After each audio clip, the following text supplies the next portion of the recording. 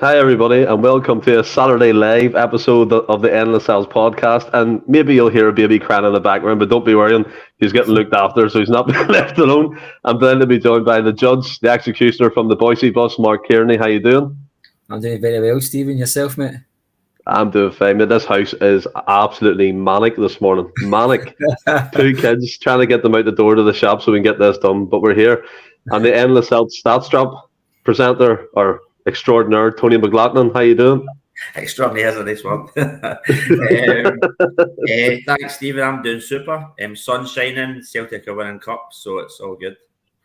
100%. We are on top. We won the League Cup last week. But before we get into all that, I do want to point your attention to our new show sponsor, Stjärna, a clothing brand, literally inspired by life going to football, kind of casual gear, like you were with your Adidas Gazelles or whatever, your windbreaker hoodies and all that type of stuff. Great tops. We've ordered our t-shirts already. They'll be coming shortly. If you want to get involved with that, in the description below, 10% off. Visit our website and pick whatever you want. Great wee deal, great wee website, and a great independent clothing brand. But Mark, I'll start with yourself here. We've been called the lucky ones. We've been called the other mob.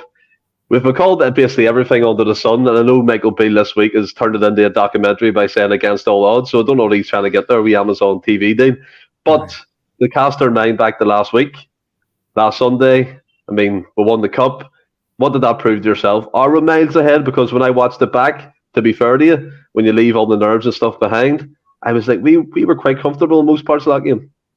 I was comfortable with full match. Normally I'm a bag of nerves, but I even in the run up to the match, I knew Celtic were going to win that match. I mean, the mood music when about Ibrox was they were full of confidence and this guy's taking them to new levels. That changed Sunday at 5 o'clock when reality struck. But even the narrative has changed with them. You know what I mean? The press all week were on overdrive, in my opinion. They were trying their damnness to put doubts in the Celtic fans' heads, and the players weren't listening to it, and the players weren't buying it either. We don't need gimmicks or any outside noise to get us up for a big match like that. We've got a manager who's fully focused, and he's not up for that. They play the mind games. But one thing about Michael Beale, I think he's picked the wrong man if he's wanting to play mind games, because he has Postecoglou. It doesn't strike me as the kind of guy that listens to background noise, unlike you, Stephen, who used to listen to Wayne's greeting all day, unfortunately.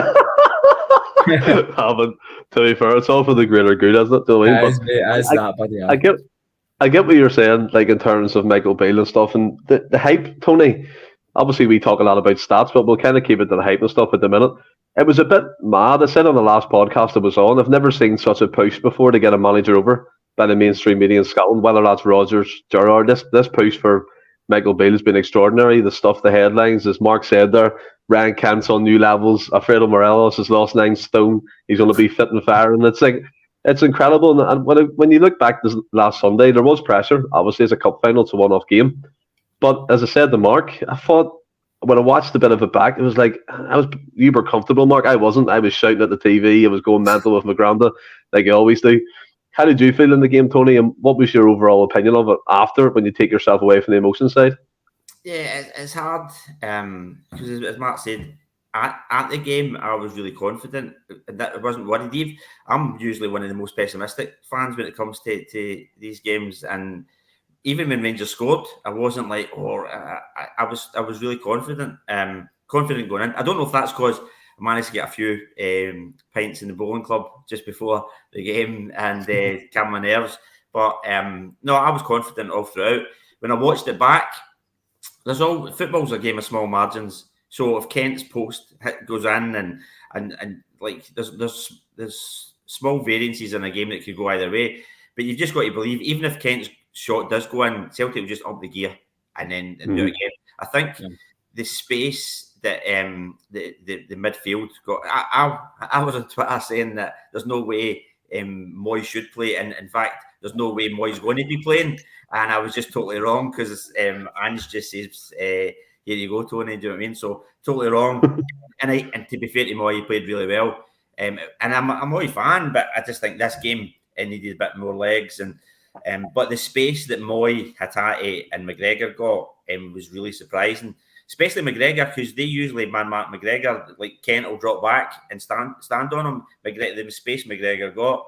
So I think even if these small margins went against us, our goals didn't go in or Kent hit post goes in, I still think we'd up the game.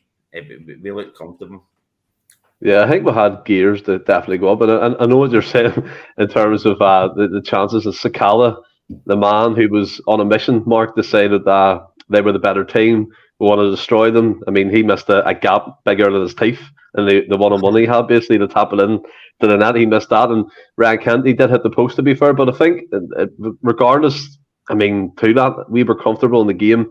The midfield won the midfield battle. And my history with Mooy, I think we all know who watched this show. I mean, I'm more critical of him than most, and I still stick by what I said in the early part of the season, but we will come on to him because he's been instrumental to what we've seen. We'll talk about Kyogo, Mark, for a wee while here. And the whole scenario around Giakoumakis leaving, and people were still calling for him if he was there to be involved. I know Russell Bhoycie, big advocate of chaos, Giakoumakis as he calls him, he said on our podcast on a comment that he would have still had him involved in some shape or form, maybe starting the game. But I think what I've seen with Kyogo since Giakoumakis has left, he's took that number one responsibility right on, and he's banging in the goals. He scored a double in both League Cup finals last year against Hibs, this year against Sevco, Rangers, Tesco, whoever. And he's a big game player. He's a talent. He's 28 years old. And it feels like to me, this guy, and I know he said in loads of interviews, people asking him about moves to the Bundesliga, again, causing noise, but he literally shut it down. He's not interested. He wants to score 30 plus, and he's well on his way. He's vital to this team and how we play at the minute. I think his age might go in our favour, to be honest with you, because I think the only teams that would press a button on him are teams that may be desperate to maybe stay away from relegation or something, and he's not going to entertain that. I think his age will maybe see us get 2-3 years out of him. That's my hope, because he's a phenomenal player. On the Giakoumakis stuff, I was a big advocate for Giakoumakis. I thought he provided a different option for us. I think the better player is always going to be Kyogo. But he provides something, especially in the derby matches. I thought he was a big part of how we managed to win a few league games last season, and even this season when Kyogo came off, I thought their centre-backs just can't handle him, and he occupies the centre-backs very well. You know, they don't tend to, the lines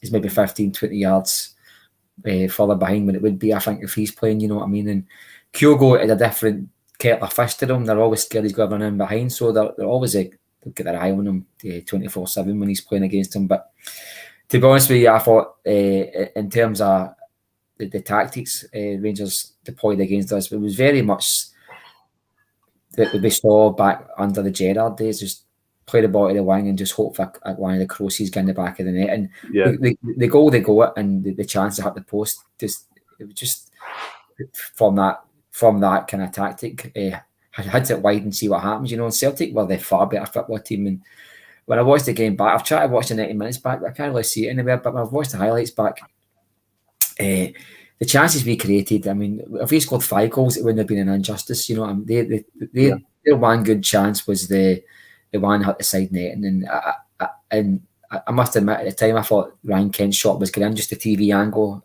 I thought the ball was going in, but I see, as much as I wasn't all that nervous, I still think that, see, if they had get another goal, we'd have upped the gears. I thought they were in control the full match, and it's sorry for me to sit here and say 6 days later that it was all easy peasy. It wasn't, but I feel like Celtic, they let them off the hook. When we went 2-0 up, they got into the game. They had to push. They had to up their game. They had to make subs. I mean, come on, they need other choice. So they're going to get a wee 15-minute spell. We see after that 15-minute spell that they normally get, they just died down. They just diluted. Celtic just took control of the game.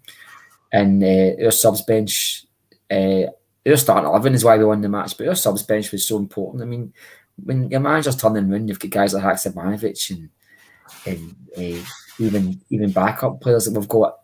They get any team in this league.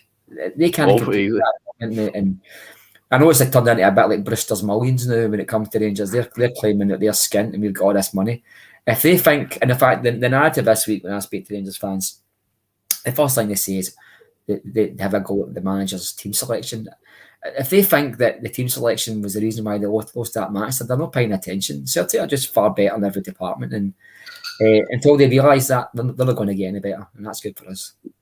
Yeah, on that team selection as well. To be fair, like I'm not giving him praise or anything, but I could see what he was trying to do, because if you start Todd Cantwell or Raskin, they won't offer anything defensively. So you had to start with Kamara and Lundstrom to kind of shore up that defensive unit, and probably he was going with that, Tony. But to stick with Kyogo, Michael Ross comes in. Kyogo has got better since the World Cup. Perhaps he's out to prove his international boss wrong. And I know they've just appointed Klinsmann, Japan, as their new manager, so that could be interesting. Maybe more chances for him, knowing his knowledge in European football. But what have you made of Kyogo's form since the World Cup? Because for me, yeah, Jack and Magus was a big loss, and it's quite unfortunate he still can't play for his new team because of a visa issue, which is that should have been all sorted out. But Kyogo's been on fire. Yeah, could you drop him for these games? I don't think so. He scored a double. He made it look easy, and he's just been instrumental to how we play, and especially the system. Yeah, absolutely. He's really stepped up since the World Cup, and it was weird at the World Cup because when him and Hatate missed out, we were a bit as fans. What does that mean? Does that mean that they're going to be disappointed and feel they need to leave Celtic to get better in the spotlight, or does it mean they need to up their game? Do you know what I mean? These things can go either way. So it looks like him and Hatate both have. I mean, Hatate's been brilliant all season, so has Kyogo. But yeah, both have sort of stepped up since that World Cup. It's like it gave them that wee kick, just that wee little bit of focus.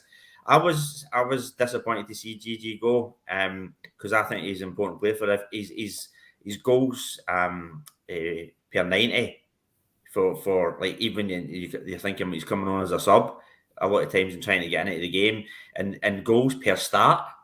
So the games he started, how many goals he scored, the percentage, it was like far better than Kyogo's as well. But different games, I get that. But yeah, all looks to be sort of player that offers something different and maybe something better in the long term. But if you're drawing nothing each tomorrow with 10 minutes to go, would you rather have Gigi come on a roll? You'd rather have Gigi because you're confident in getting that goal. Whereas if you're actually winning 1-0 and St Mirren are pushing a little bit, O's quite a good option because you can hold the ball up and he can help you sort of settle out the game. But I think this is something we need to get used to with Ange's teams, that players are going to move on. Juranovic has moved on. Giacomakis has moved on, and other players will move on. But it's replacing them is the key. And when you do that, then and I think all looks good so far. But yeah, my biggest worry was not so much would Kyogo step up, because you always knew there was more there. It was more would he stay fit. Because if he wasn't fit, then you're relying on Maeda or O in that central position, and it's a big drop. Every other position in the pitch, you could take the best player out and replace him with someone next, and I think that's the biggest drop. Is Kyogo to the next player in that position. I think for me, like, O does look decent. He's quick. He has a good touch on him. He can roll defenders, and I know when he came on against Rangers there, he had really nothing to do. He held the ball up a wee bit and kind of dragged others into play. I know he done one on Ben Davis with the elbow into the stomach. He needs to be careful with them types of challenges because we know our history and VAR in this league. But in terms of Kyogo, for me, Michael McDonald come in there. He has the perfect attitude for this system that Ange Postecoglou plays, and I totally agree. And Charles Smith, Japan must have some team to leave Kyogo and Hatate out of their squad. 100%, they're littered with talent.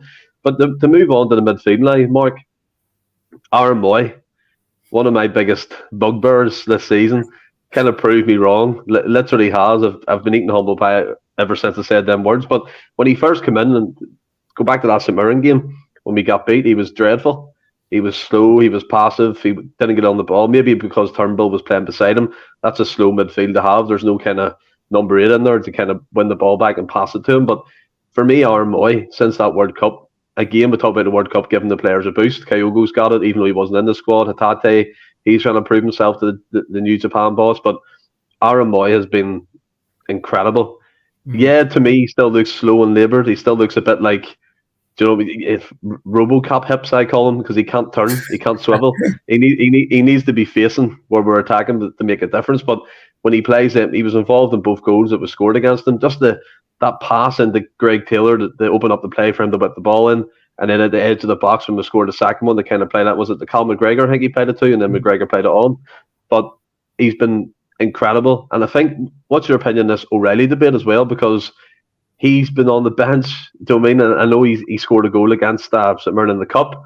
We were hoping that would give him a confidence boost. And like Tony, I thought he would have started for more legs, but our Mooy keeps proving us all wrong?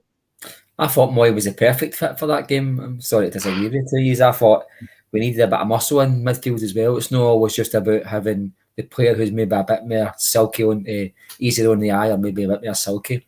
I think O'Reilly's form has been really bad since the World Cup, and Mooy's form has been improved. So you get the perfect combination of guys form going up and one going down, and you got to pick the player that's maybe having an impact. And the impact that player's had since he's been back for the World Cup has been up there with any player really in terms of impact since the World Cup. I was very critical he's signing. I thought it was a backward step for Celtic, and I actually accused the manager of bringing him in to get him fit for the World Cup. I thought he was doing his old pal a favour, but we've seen what Ange's plan was. I think he's he almost looks at the football pitch like he's playing chess at times. You know, he just kind of looks at the pitch and he's got his parochials and he'll just pick a pass. He never really picks a simple pass. You know what I mean? He makes a pass look easy, but he's every pass he makes seems to have like a purpose to it. You know what I mean? There's people that just regurgitate the ball and they'll have great stats at the end of the season. And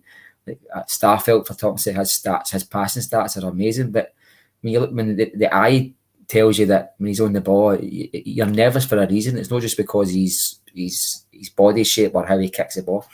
But Mooy, he's a player I think for me is first choice. I've been really frustrated with Marc Cariney, I must admit. He played great cover for Callum McGregor when McGregor was Alan McGregor, aye. I was about to say that. Thank God we've not got him. He's another crackpot, man. But do you know something, Stephen? I think that I was a bit. I've let my guard down there. No, I think his season. I think if he was on loan, I'll sum up like this. I think if Matt Riley was on loan, I wouldn't be pushing to sign him. That's my opinion, and he's got great stats. I think he's still got the most goal assists this season for Celtic, maybe in the entire league. But some of these stats can be a bit, you know, like if I pass the ball to you 10 yards for goal and you run 40 yards, 50 yards and put one in the tap bag, Stephen, I get the assist for that, you know what I mean? Or if I'm taking corners or whatever, I'm getting the assist for that. And some of these stats can be padded with that.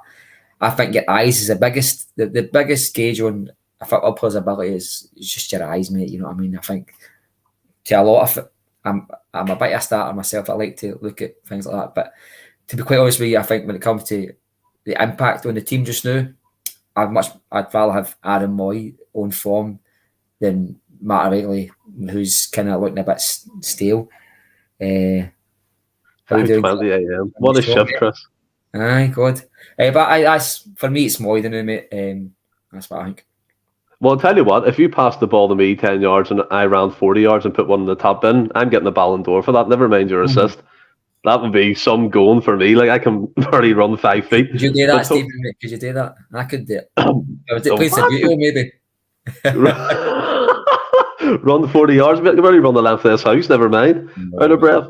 But coming to yourself, Tony, and I know you like stats and stuff, and we all like stats, to be fair. Yeah. But in regards to the whole debate with Mooy and O'Reilly, it's interesting because O'Reilly did fantastically well to cover McGregor at the number 6 position. I think we were on around about that time it happened, and we were discussing it and seeing what his stats were at that point in time. Seems like to me maybe the World Cup took him by surprise that he wasn't in the Denmark squad. I don't think he really should have been expecting it, and even at that, he should have probably kicked on again like the other players in terms of attitude. But Mark made an interesting point. If we had him on loan, he wouldn't be pushing to sign him. I find that quite interesting because when he came in last season, he was on fire, and he still has possibly the highest assist in the league for Celtic anyway. What's your take on this Mooy and O'Reilly debate at the minute, Tony? Yeah, so I think it goes back to who's playing alongside them, as you talked about. So I'm getting criticised for saying Mooy shouldn't have played last week. Yeah, I was criticised back at the last St Mirren game, and I was saying everybody was over the top with the criticism of Mooy. So I'm disagreeing with people, but at different times I was backing Mooy up at the start. But the reason I said that at the last St Mirren game in September that people were overcritical of Mooy, they were looking at his performances at that time, and all his minutes were playing alongside Turnbull. He had no minutes alongside Hatate and O'Reilly to that extent. And if you're Mooy, you've got loads of ability, but you've maybe got a weakness, maybe your pace and your mobility. So Turnbull's not going to support you in that. Whereas now he's playing alongside Hatate, And Hatate's like the best player you could ever ask for if your weakness is a little bit of mobility and speed. So Mooy's getting all the time in the boy because of what Hatate can bring to that. So I think that's helping O'Reilly, helping Mooy. With regards to O'Reilly, I don't think necessarily the World Cup. I think it's since he went to the number 6 role. Since he came back to the number 6 role, he's not been the same player. So I don't know why that's affected him, but it seems when he went back to that number 6 role, he's came back, he's not been the same player. And I don't know why. To Mark's point about stats, yeah, he's got the most assists at 9, but a better measure, as you say, is expected assists, because that'll measure what was the chance of scoring when you gave the assist. Do you know what I mean? The XG, and he's about 14th for that sort of thing. So on it's very interesting, actually. Expected assists per 90. Do you know what I mean? So although last season he was up the top for expected assists sort of thing, so that does show the decline year on year. Yeah, I mean, Tony, I don't know if you noticed, but your camera's sticking a wee bit. Just letting you know, just in case your camera's going a wee bit haywire. But to be fair, like that's interesting about O'Reilly there being 14th for expected assist mark in terms of what you see. And Mooy, for me, has made that big difference, trying to like penetrate the final third. No, I don't want to say that ever again, but do you know what I mean? Getting them final goal scoring positions and provide assists and get in the box and score himself. Now, before we move on to the midfield, I want to bring up Plum's big nugget. Iwata looked good when he came on. I totally agree. For me, when he came on, he covered the ground really, really well. I remember one of the Japanese journalists saying he's a Tate, but not the ability in terms of getting the ball, receiving it, and taking players on, but his engine, his speed, his awareness. And I just thought he made the game simple when he came on. I think that's the best we've seen of him so far in the Celtic shirt. I thought he looked great when he came on. I was quite excited because it just shows you the trust he's got in him, that he flung him on a big match like that. And the game wasn't won in terms of the scoreline, so there's a lot of faith in the guy. He's not had a lot of minutes, but I was quite impressed with him, and I think he's going to be a good player for Celtic. I think all the players that Ange has brought in, like, they're very identical to what his philosophy is in football. I mean, I remember when we just brought Kyogo over, and he ticks all the boxes. I think this guy is going to be one of the kind of players that he just typifies the Ange Postecoglou's football. And I like him, and Big O is the same. They'll take a lot of confidence, these boys. They've not a lot of minutes, but when the manager's trusting you to bring on to a marquee match like that against Rangers, when the game's no won technically, shows that they've got a future. Not a future. They've got a fighting chance of getting some good minutes between now and the end of the season. Yeah, 100%. You saw it, Tony? I came on my phone. There's a big echo. Have you still got the other one on? Oh, is that better now? Yeah, that's better. But yeah, Mark, I totally agree in terms of what you were saying there in regards to Iwata. And one interesting thing to me is it could provide a rest for Callum McGregor going forward too. Do you know what I mean? You can interplay them in them positions. And we've seen McGregor move up one when Iwata came on, so that was interesting to see. He was still on the pitch and proving the influence. And coming to yourself, Tony, what's been your impression of Iwata so far? There's a lot of love for him in the Celtic support at the minute. Come in with a big name in Asia, obviously. J League Player of the Year, MVP of the Year, Team of the Year, on loan with an obligation to buy. Are you excited by him so far? Yeah, absolutely. Yeah, definitely. I think so. A couple of things with regards to that. I think one is I thought at the right top level, I'm not sure if McGregor's good enough defensively. Like, I'm talking about European level. McGregor's great at that number 6 level, controlling the game and passing the game, and all the things that you want to associate with that part of the number 6 role. But defensively and breaking up attacks and transitions, etc., I'm not 100%. Although I'm seeing him continually improve, especially when you're watching him against Rangers. The defensive side of the game, McGregor's getting better. So Iwata, I think, puts an improvement on that. So that means that in European games, Iwata could come in there and McGregor go slightly forward. The other thing is you need as well. You need more than one player in that position, because you can't just rely. What if McGregor gets injured, or you need to rest him, etc. So one is slightly improve on the defensive side of it, and utilise McGregor further forward. But the second is being able to rest McGregor or replace him if he gets injured. And I think he's definitely going to have a part to play. When Ange is talking about him, he talks about him sort of very highly. You can tell that this is a guy who's going to have a huge impact. If he doesn't start this time next year, he might be starting quite a lot more. He'll definitely be involved every other game or as a sub. Yeah, I totally agree. And Brown Warrior comes in. I think we're looking at a different setup in midfield with Awad and McGregor moving to a double pivot and behind a 10 in Europe, a wee glimpse into the future. Very well could be. I mean, Postecoglou spoke about it. I think he spoke about it at the start of January, saying he wants to try different formations. He wants to look at different things going forward. So that could be a possibility. Plums McNugget, delighted Mooy proved you that wrong. He needed to get fit to show his quality, 100%. John Duncan, giving you praise, Mark. You're on every podcast available. What a guy, what a shift. I wish I was, mate. John Duncan again, have you seen Barkas? He's an amazing goalkeeper. I'm hoping he comes back to Celtic and proves us all wrong. He's smashing it now. Great statistics. To talk about that for a minute, right? This might be a wasted kind of 5 minutes or so, but it interests me. Barkas came in with great pedigree from AEK Athens. He played against us in the qualifiers, Mark. He looked. Tony's laughing already. Well, welcome to you, Tony. he played. He had a decent defence ahead of him. Then he's away to Utrecht. I know they got beat there by a semi-professional team, 4-1, and he was in goal, so that doesn't look good. But would you give him one more chance? Or would you just be like, right, you get your ticket ready, you're away? No, I'd probably phone passport control and say he's got some suspicious stuff in his bags. I mean, like back in the country. I mean, there's like the Glasgow coat of arms is like the fish that can't sing, the bell that can't ring. He's a goalie that can't save a shot. I think he's torture. See some of the times that I've looked back very rarely in some of the goals we lost for last season. For 2 years ago, you see a clip and you go, he has got to be one of the worst keepers I've ever seen. It's like, honestly, and sometimes it just doesn't work for you. There's probably a keeper in there. You know what I mean? I'm pretty sure you don't get a £5 million move from one European team to another unless there's something there. But just not for me, mate. I think I love Joe Hart. I mean, there's probably calls for this probably to be Hart's last season as number one. Yep, that might progress that way, mate. And it probably is looking that way. I love Joe Hart. I'd love to see him get another season, but form dictates that, mate. To be honest with you, I don't fall in love with players and don't want them to leave. If they're not doing it, then they're not doing it. Although most of the complaints I'm hearing about Joe Hart is about the ball at his feet. No too many complaints about his shot stopping. Or okay, I think he has to come out and start catching the ball. Yeah, commanding his area. Yeah, but I would rather give Conor Hazard minutes before I give Barkas, because Conor Hazard. All right, we're not invested in Conor Hazard as much as Barkas, but I think if we're going to make a return on somebody, it'll be Conor Hazard longer term than Barkas. I think if you sell Barkas and Mora, you're going to get $1 million.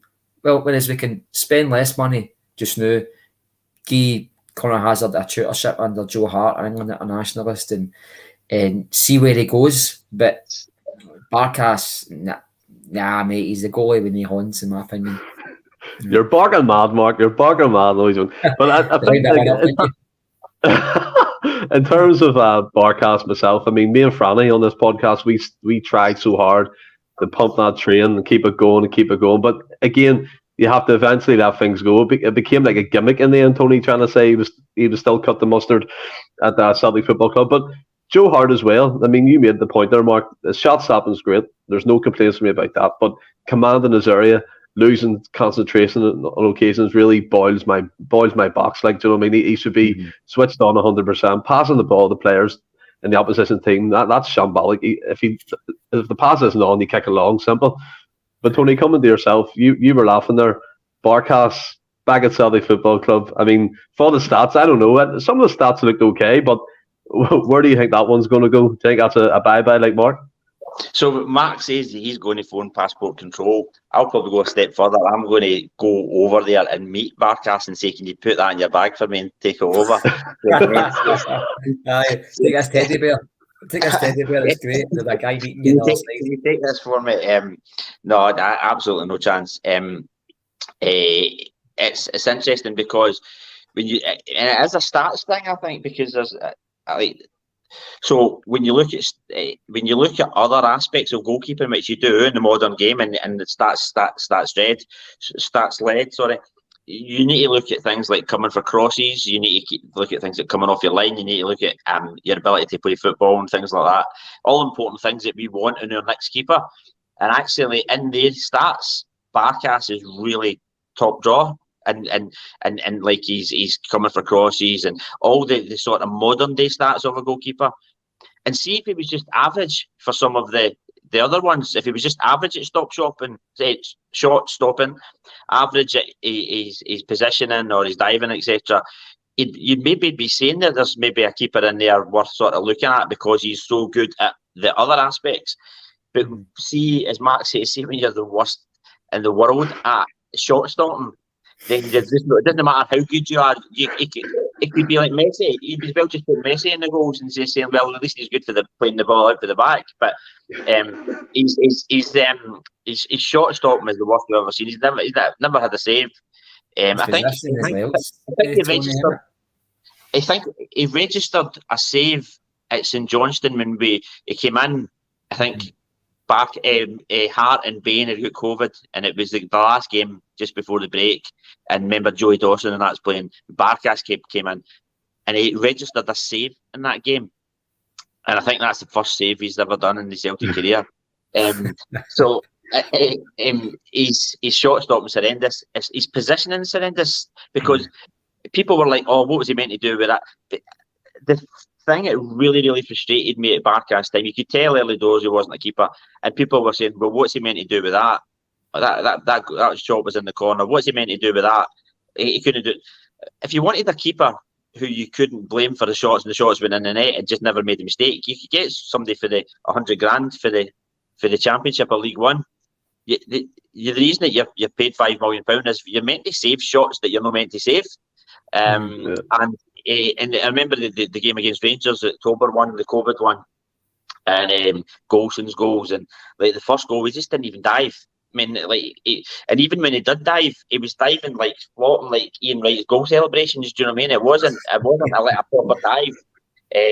So his shot stopping, his dives, his positioning, just all horrendous. So no, not at all. But again, it's interesting because when you say it's about stats and modern day analytics, a lot of the modern day stuff and the new stuff and the new things that you want, he was really good at them. I looked at, see, a lot of people would say that he was great for AEK Athens against us, and he was great there. So I actually went back and watched a lot of videos during that time when he was with us. I was like, what was he really like? And I watched a lot of videos because sometimes you can be sold on YouTube videos. And I watched the videos, and he was good in them. But what I noticed in them was it wasn't a conventional goalkeeper. So he was making a great save, but he was going with the wrong hand. Do you know what I mean? Or his positioning was wrong, but he was making a great save. So as much as he was good in the clips, you could tell it wasn't a traditional goalkeeper. And in fact, I think it came out that he was a left back before. So he just wasn't somebody who's been trained. Yeah, he was a left back. Is he? No way. He said he played in training for Greece as a left back, and that was his favourite position. So, like what Who's Boy said there, like you kind of know that when your goalkeeper is a £5 million, like you said, Tony says that, well, maybe he does maybe not play Nats anymore in your life. But yeah, it's interesting when you bring that up. There's a lot of people saying about Joe Hart as well. Merle Watt come in there, Hart ducking shots, especially in European football. Totally agree. Michael Ross will Barkey be playing footy at Parker's next year, chaps. All them names for Parkhead is mental. But it brings up an interesting debate. I think the majority of fans would say, now not speaking for everybody, like that's in my opinion, that Barkas would probably not be at Celtic. For me, I still hold a wee glimmer of hope. I think he can pull off an underdog story here. I really do. Maybe he comes back and he flies back as number one, and you never know. Happy endings and all that. But we'll move on. Not the type of happy endings, Mark. Stop laughing. We'll move on to Alistair Johnson, who replaced your favourite right back in the world, JJ Josip Juranovic, Mark, who's went to Union Berlin. He came out this week, funny enough, with some interesting comments saying he was surprised Celtic didn't try hard enough to keep him. He keeps in contact with people and all that type of stuff. And he was informed that Alistair Johnson signed before their game, I believe, against them at that time.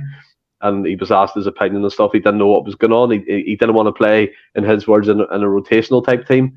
He wanted to be first choice, so that was his reason for leaving. But we all kind of probably know the reason why he left. Money calls, do you know what I'm saying? And for me, Alistair Johnston's come in. He's proved an able deputy. And what the question I want to ask both of you, but I want to start with you, Mark. Is he the horrible bastard that Celtic need? Because he gets in some wrangles, like, and especially that game against Rangers, he didn't let nothing past him. He flipped Barsis to one side, Tillman to one side, squaring up the people, just getting in their faces. And there's a lot of people calling for that at Celtic again. Are we getting it with him, do you think? Aye, and he's getting a mixture of that kind of brutality, but he's also got the ability as well. Rangers kind of tend to go for like brutality and just leave it there. So we've got a player who's can mix it up. He's a great player. I really like the guy. I thought when his first couple of games, I thought, right, I've saw enough to suggest that you're going to be a long-term right back for Celtic. But I've also saw enough that I want to see Ralston get game time. Mm-hmm. And I stand by that. I think there will be occasions that Ralston should be getting minutes because he's a top performer as well. You know what I mean? And Juranovic's parting shots. I think he had a wee dig at the Celtic, know what to keep him. He left for money. He checked during the summertime. All these things that you're talking about there, the Johnson scenario and his minutes getting took off him and things like that. That wasn't the case in the summertime. And he came back and his game wasn't the same. I thought he was overrated to the highest degree I've ever seen a Celtic player, to be honest with you. I thought he was very bang average, but that's another story. In terms of Johnson, I mean, we need that kind of player because we've got Kyogo and Hatate who are picking players up and they're braiding their hair and they're giving them wee cuddles and kisses.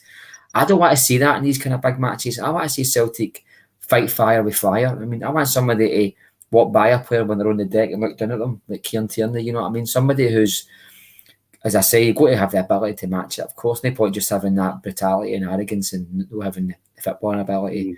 Look at John Lundstrom. That's what happens when you get somebody who can stare at somebody. But just stares at people. Just stares at people. Good, and just some of these best clips that you've seen in the Rangers perspective has been matches that he's lost. You know what I mean? So they take these small modicums of comfort out of that. Let them do it. That's why they're zombies. You know what I mean? I know they're like living. The rest is.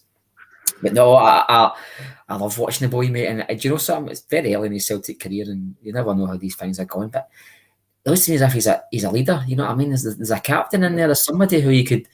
I rely on him certainly. See now he's one of the first names on the team sheet, and that might change, you know, because I think Ralston might get game time tomorrow, and rightly so. But I think the guys just get, you know, he's positional. For me, one of his biggest strengths is his positional awareness. He's not getting caught out the way that Croatian player did, and he just seems to have this good blend of being aggressive, but he's not overlapping and things like that. And when we've got, I thought it was a knife he had on there. What is that? It was a pen. I thought he was Neil Dundee there for a minute. But he's a terrible. But, he's a different player for Greg Taylor. Two totally different fullbacks in the one system that work perfectly. You know what I mean? And I think if he loses the ball in midfield, he's always an eye shot. He's always there. Yeah. And we didn't have that last season with Juranovic. And I hate to keep going back to it. Some of the goals we lost in the Champions League this season, just with his presence alone, I don't think we would have lost them if we had Alan Johnson. What's his name again? Alistair Johnson. Oh, God. That's that knife. That's put me off. Put that away. Get her knife away, Tony. But say to be fair with you, like, yeah, I know. Another thing we have to understand about Alistair Johnston as well, like he can play as a centre back and he can play as part of a free. So there's rotation, there's different formations that Postecoglou could try out during the game. Before we come to yourself, Tony, I just want to come to the comments. John Duncan said AJ is a solid machine, puts it about like Carter Vickers, and O seems like he will stick to the defence. Ralston needs more game time, like you said, Mark. Michael McDonald comes in. Jesus, I forgot about Ralston. What a squad we have. Mr. Freeland. Johnson is class on and off the pitch. I can see him scoring a lot from right back with the positions he finds himself in. And it's interesting, there's a few guys in my podcast who say he maybe doesn't have the same footballing ability, Tony, going forward as Juranovic. But I think see the passes he was making against Rangers and over the top passes outside the foot. I think he set up, was it O'Reilly and Haksabanovic for that run, like a mazy pass. And Do you know what I mean? He can find the ball, like, and he's very athletic. He doesn't take no shit. And as Mark said, I totally agree with him. Maybe a bit early to say it, but again, captain material, he looks like it. He looks like he's already bought into the ethos of the club. And I didn't really know until recently that his mum is actually from where I'm from, which is quite interesting. So he qualifies if he wanted to play for Northern Ireland, but obviously he's Canadian international. Well, what's your opinion of him so far, Tony? Yeah, no, I've been very impressed. He's an excellent addition to the squad. I think, and I get Mark's point about Juranovic.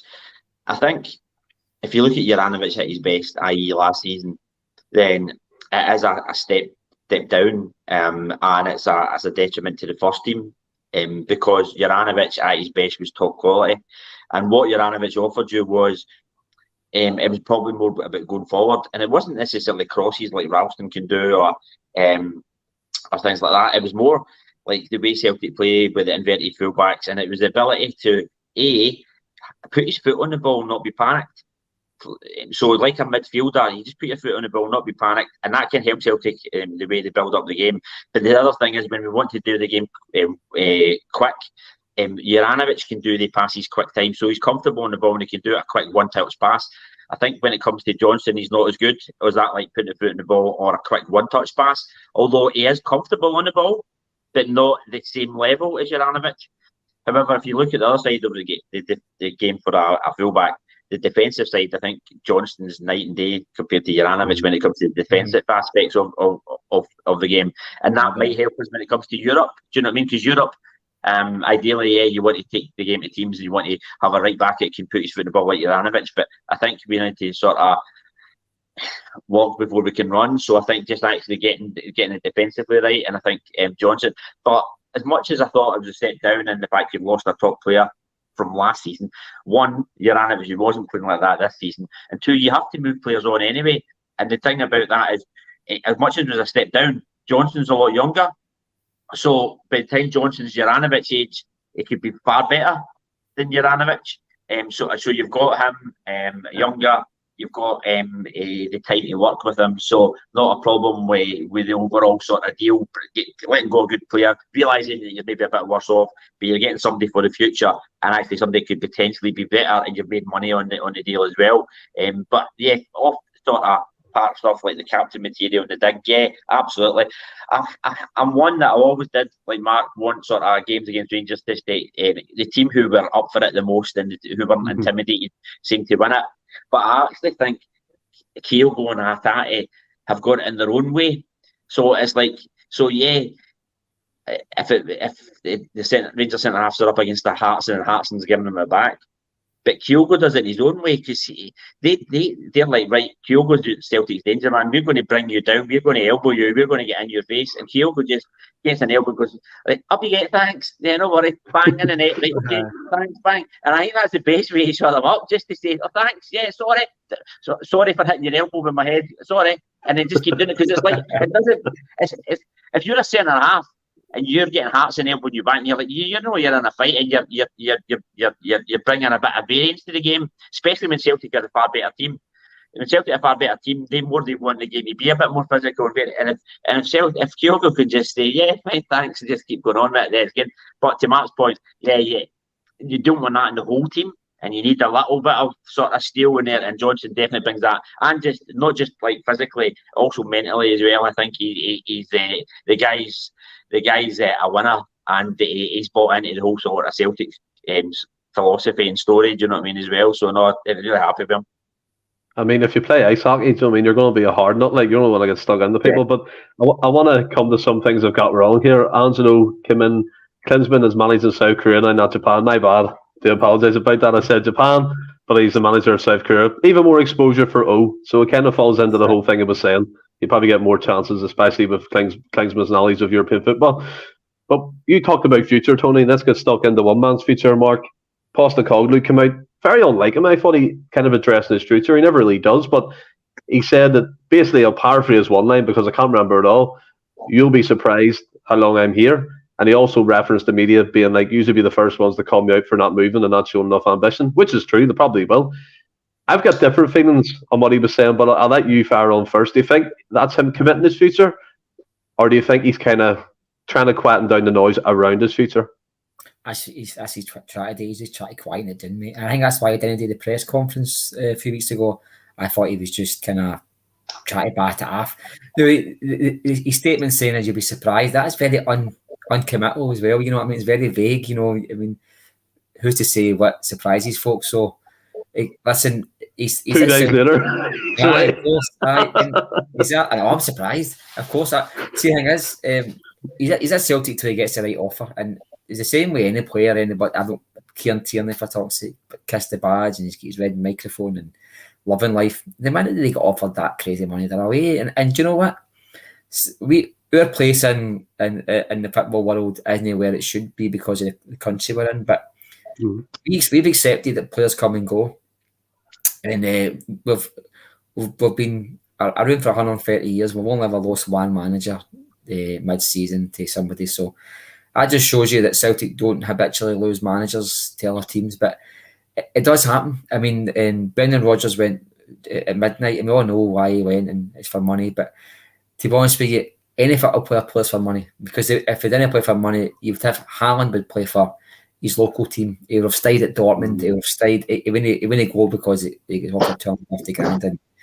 And money dictates your life as well. He's got his family's pretty young as well, and I'm pretty sure he's a rich man. But don't forget, up until recently, wasn't he on the big bucks? I mean, I'm sure he was on very good money in Japan, more than we'll ever make. But at Celtic, he'll maybe be on about $1 million a season, plus bonuses, whatever that is. In England, you can get £5 million, and that's a Crystal Palace. I mean, the guy who left Brighton to go to Chelsea, he was on 190 grand a week at Brighton. 190 grand. That's 5.2 million a season, or 5.1 million a season. That's the kind of money these Diddy clubs can offer. So, I think even if, for me, my priority for in terms of Ange is we should be picking his brains. We should be trying to learn for this guy, because if he goes, I think the structure just now is so identical to his plans that another manager with a different philosophy would maybe struggle with this team to get the same tune out them. Do you know what I mean? Yeah. So for me, my priority is to tie him down if you can on a 5-year contract, 4-year contract. But all that does is gives you financial muscle when you do lose a manager. When we lost Brendan Rodgers, we get £9 million, Stephen. See, if we had the financial muscle at that time to go and say to Rafa Benitez, there's a £3 million a year, 3-year contract.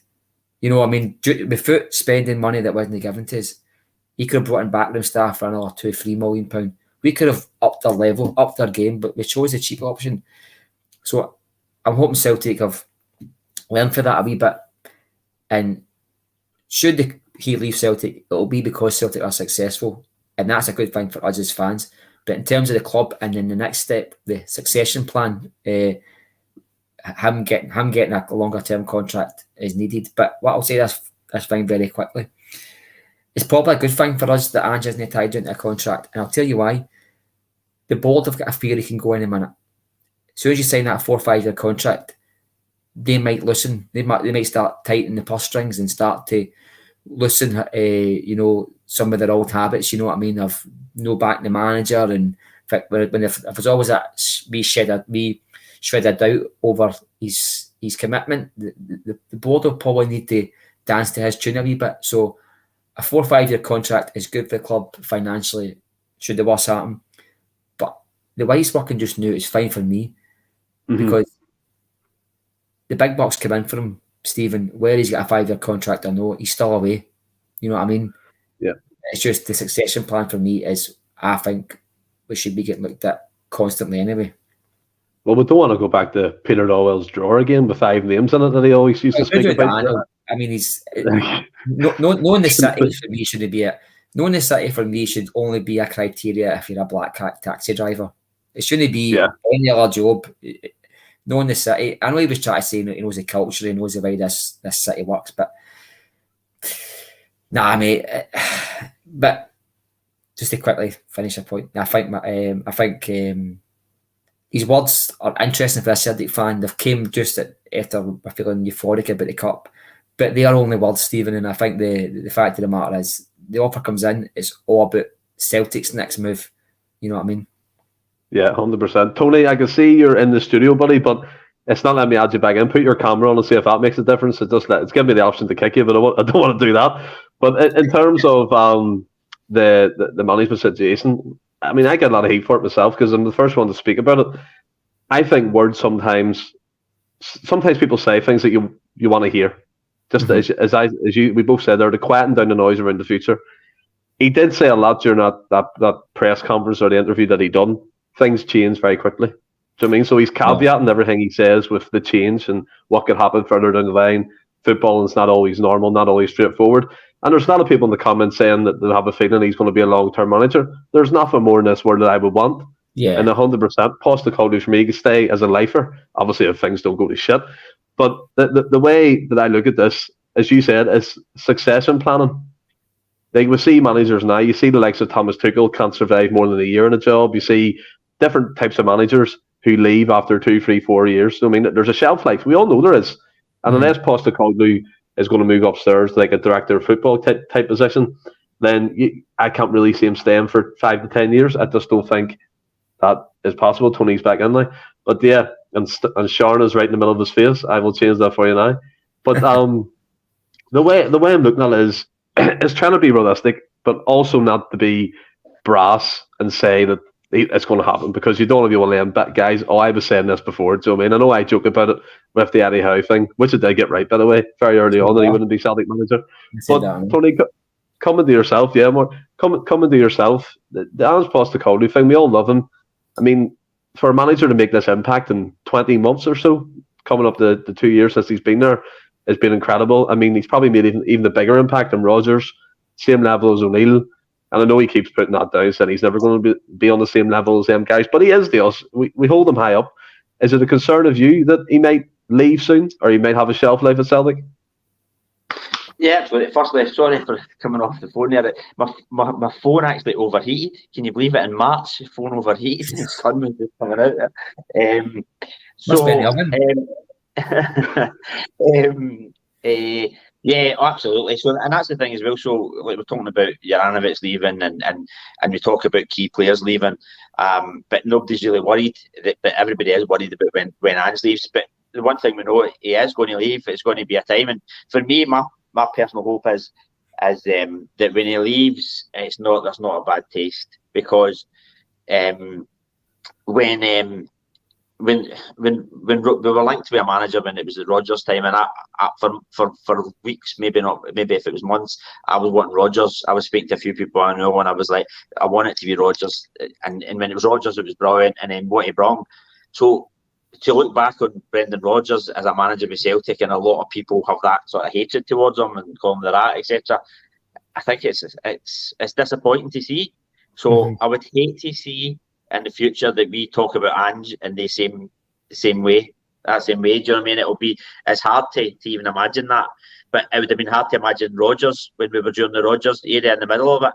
So I hope that the exit strategy is a good one, and the fans can just remember him in a good way. And I think Ange is smart enough to have a good exit strategy, and B, I think he also has that integrity as well, that he'll not want to leave at the wrong time, I think.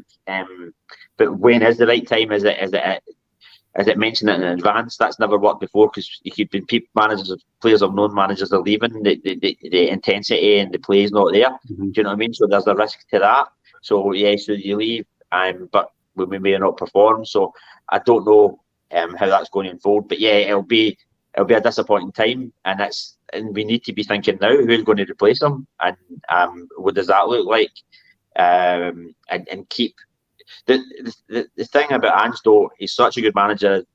Even when he has left, I think we'll still be the dominant force and still be doing well and still be progressing well because of his legacy. Do you know what I mean? He'll have left something that we can build from. So the new manager just comes and put their own stamp on it, but they don't need to rip it up and start again. Yeah, I mean, go ahead, Tony. No, sorry. Yeah, so I think it's an intriguing point, but going with these comments, I think there'll be these comments where there might be a little bit of getting the fans ready for that time, but the way his comments were, I don't think it'll be this summer. Just the way he's talking, just a bit talking. So I think we've got at least another season from him. Yeah, that's my kind of thinking of it. And Michael McDonald says here, would Ange be tempted by money and how could we make him stay? I don't know if Ange is motivated by it, but Mark, you rightly said his family's young. He's been in Japan, he's been in Australia, he's been in Greece, he's been in Scotland. Who's to say he doesn't want to try another country? He seems like that type of manager who likes to go, lay down a bit of roots and then move on again. And if we stick to the plan, as you said there, Tony, if we have managers, just for example, he lays down this philosophy from the academy up, and the remit now for Celtic going forward is to stick to that, I'd be happy with that because you know you're going to get a certain type of manager through the door. Like, I know people are going off here, but before he went to Leeds, Jesse Marsh was a good manager. Marco Rose is a good manager. Them guys to me are off the same mould as Postecoglou in terms of formations, how they like to play, pressing, intensity. So if you stick to that kind of remit, then I have no kind of qualms going forward. But I would love a long-term contract. But as you said, Mark, there's different caveats in that. A big team wherever could buy that out for peanuts and he'd be away anyway. But yeah, we'll move on and we'll talk about St Mirren and that defeat and just a wee bit about how far we've come since then. I mean, that 2-0 defeat was shambolic, wasn't it? Our only kind of blemish this season at them is at Paisley.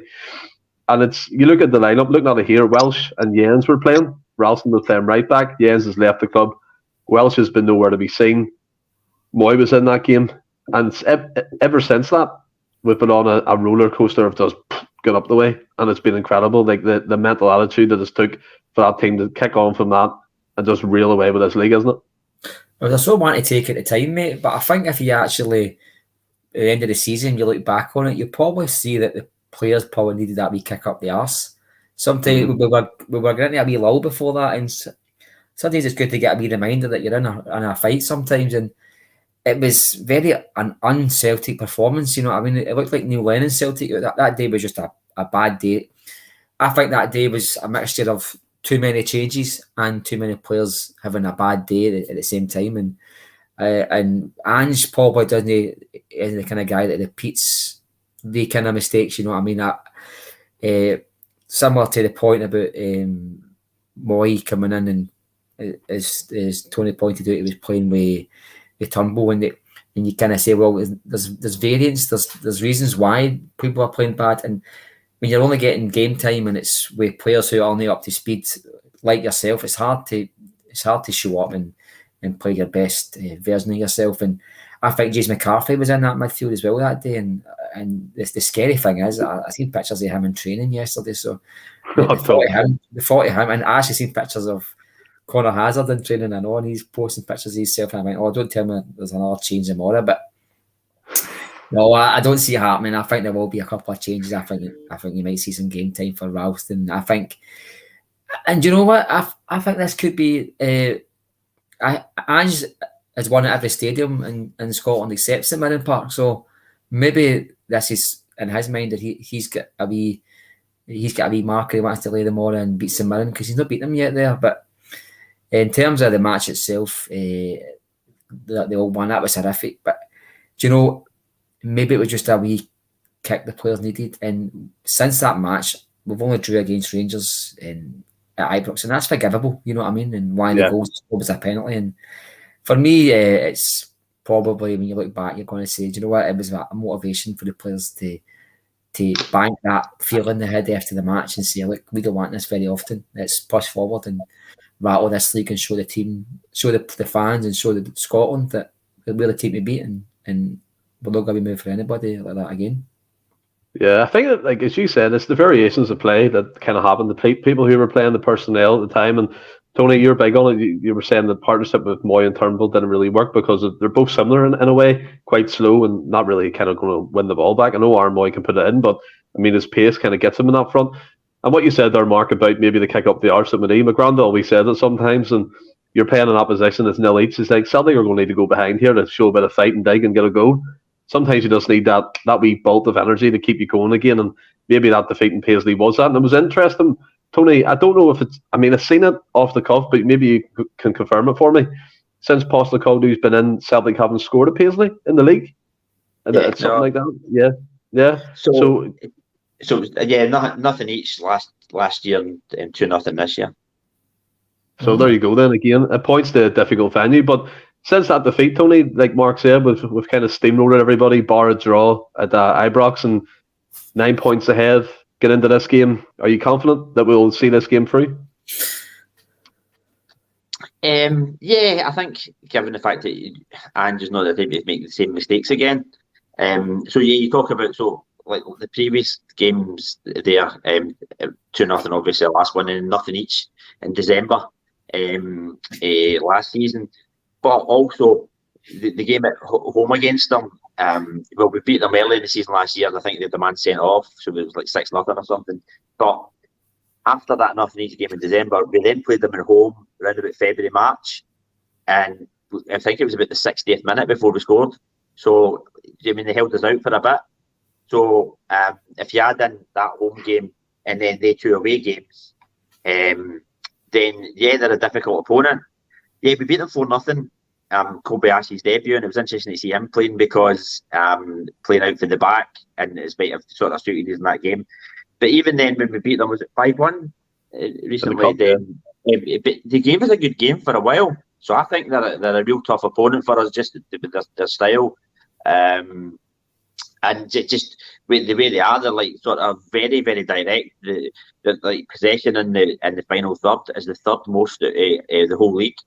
Yeah, their passing and their passing accuracy, except is like the lowest in the league. Do you know what I mean? So loads of interesting stats. I've done a preview for it in the site, and interesting stats are just very direct. So a tough opponent, but I think we've got that focus from the defeat, and Ange wanting to win at that ground for the first time will be the focus enough to do it. I wouldn't do too many changes. I wouldn't bring in Ralston. I played Ralston a few games for now at the end of the season, but I think tomorrow. Tony, give me your lineup and score prediction now then. Right. Okay. So the lineup would be Hart and goals, Johnston, and for this game, just important for this game, Carter Vickers, Starfelt, Taylor, McGregor, Hatate, and I'm going to go O'Reilly over Mooy. But I think it's 50-50 there. I think O'Reilly, just because the way the game is with St Mirren, and there's not getting much space in there for Mooy. Mooy like space, and there's not much space. And then up front, so the only one change I would do, really, if you're picking your best 11, so up front I would have Jota, Kyogo, and I'd make one change. I'd have Haksabanovic instead of Maeda. I just think because of that, the game and the type of thing, Maeda's not going to space as he normally would, and Haksabanovic is going to help to create space. That'd be the one change I'd probably do. And prediction, 2-0, Kyogo to score the first, and O'Reilly to score the second. Get your money on it, people. Just to come to you, Mark, here, Michael McDonald is busting his chops to know what's on your tap. He's asked about 6 times, so what's on? Oh, mate, that's Johnny Doyle and Tommy Burns. I'm going for that. Can I say what I go for? That's what I go for it. TC terraces on Twitter, or TC terraces on Twitter. It's really good. Nice. It's a brilliant page, mate. But Johnny Doyle and Tommy Burns, a cracker. I just got it up. He guessed the Doyle one. He said, "I'm guessing Doyle and someone else." So he got one of them right. But coming back to you, Mark. Yep. Coming back to you, Mark. It's a great top, by the way. Your score lineup prediction. What you going with? 2-0 Celtic. My team would be Hart, Ralston, Carter Vickers, Starfelt, and Taylor. I'd play Hatate, McGregor, and Mooy. I'd play Jota, Maeda. I know. I see why Haksabanovic should come in because in his game time, and I would give a match. You know, because it's a small pitch and the chances of getting in behind the defenders is minimised, and especially with their manager, Robinson. He's obviously been a manager who's hard to beat. You know, his defence is well drilled, and I think space in behind might be a premium. So a tall, muscly striker who's able to get good in there and get the end across, that would do me. And that's the only reason why I would start Jota and Maeda. Haksabanovic needs more game time. He's a phenomenal player, but I would start Jota, Maeda, and order. There's also, I mean, that's a good shout with O, just because I like all the sort of the game dynamics, as you say, Matt. There is that sort of possibility because he's done it before. It was Kyogo just behind. So, do you know what I mean? So instead of O'Reilly Mooy, it could be Hatate McGregor with Kyogo just behind. As Mark said, because there's not enough that space, and O could help Kyogo get a bit of space. Yeah. I think it's interesting, Kyogo playing deep as well. You've seen that a lot in his game the last couple of weeks. He's coming deep, linking the play, which is interesting. We're seeing more of his game come to the fore. For me, I mean, you talk about tall, musty strikers. They've got an abundance of them. Curtis Main, Ayunga, the wee man Backass in midfield, who was at the World Cup with Australia, played well. So they are a decent outfit. Do you know what I mean? No disrespect to them. And Stephen Robinson did a good job of Mother. Tony Watt. And Stephen Robinson, as you said, Mark, notorious for being hard to beat and kind of making teams better than they should be. Case in point, Motherwell had them in the top 6 and all. So, again, let's respect them. For me, I would go Joe Hart. I was about to say Ivanovic. That's so used to saying that. Johnson, Carter Vickers, Starfelt, Taylor, Iwata, Cal McGregor, Riho Atate, Haksabanovic, Kyogo, and Maeda. And I'll go 2-0 Celtic. I think I said that at the top, but I'll go 2-0 Celtic. Me too. What do you think about that lineup? Decent, isn't it? Iwata playing a wee bit of mixture. Well, I like the sound of Iwata because he's game time, and as we discussed earlier on, I mean, to get game time in a game against Rangers in a cup final when the game wasn't won yet, so that just tells you that the manager's got a lot of faith in him. And I fling him in. Let's see what he can do. Give him at least an hour and see how he copes with St Mirren Park, small tight pitch, and see how he gets on. Exactly. And everybody watching, please get involved with the show sponsor, Stjärna.